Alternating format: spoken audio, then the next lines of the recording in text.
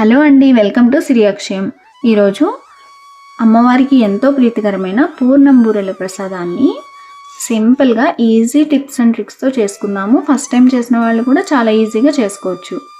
ఒక గ్లాస్ మినపప్పుకి 2 గ్లాసుల రైస్ వేసి 3-4 గంటలు నానబెట్టుకొని శుభ్రంగా కడిగి మిక్సీ కానీ గ్రైండర్ కానీ వేసుకోవాలి. ఎక్కువ నీళ్లు పోయకుండా దోశ బ్యాటర్ లాగా కాకుండా కొంచెం తిగ్గా చేసుకోవాలి.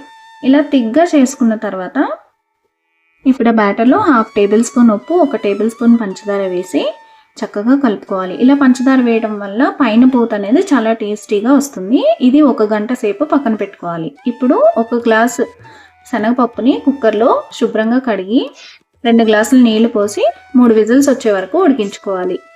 ఇప్పుడు తురిమిన బెల్లం 1 గ్లాస్ మాత్రమే తీసుకోవాలి. 1 గ్లాస్ శనగపప్పుకి 1 గ్లాస్ బెల్లం తీసుకుంటే తీపి పర్ఫెక్ట్గా సరిపోతుంది. ఉడికిన శనగపప్పులో ఇది కూడా వేసేసి ఇప్పుడు ఫ్లేమ్ని మీడియంలో పెట్టుకొని బెల్లం పూర్తిగా కరిగాక చిక్కబడేంత వరకు తిప్పుకుంటూ ఉండాలి, మాడిపోకుండా. ఇలా బెల్లం దగ్గర పడ్డాక స్టవ్ ఆఫ్ చేసి చల్లారాక మిక్సీలో వేసుకొని 1 టేబుల్ స్పూన్ నెయ్యి, 1/2 టేబుల్ స్పూన్ యాలకుల పొడి కూడా వేసి బరకగా గ్రైండ్ చేసుకోవాలి. ఇలా లడ్డు షేప్ చేసుకొని మనకి ఇష్టమైన సైజులో చేసుకొని పెట్టుకోవాలి.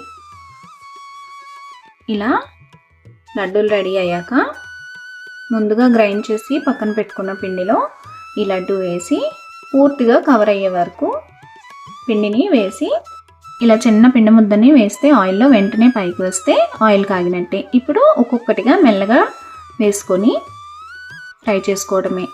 ఇలా గోల్డెన్ కలర్ వచ్చే వరకు ఫ్రై చేసుకుంటే సరిపోతుంది. ఆయిల్ అనేది ఎప్పుడైనా పూర్తిగా పూర్ణం మునిగే వరకు ఉంటే చాలా బాగా వస్తాయండి. చూసారా, బయట క్రిస్పీగా లోపల సాఫ్ట్గా చాలా బాగా వచ్చాయి. Like, share and subscribe.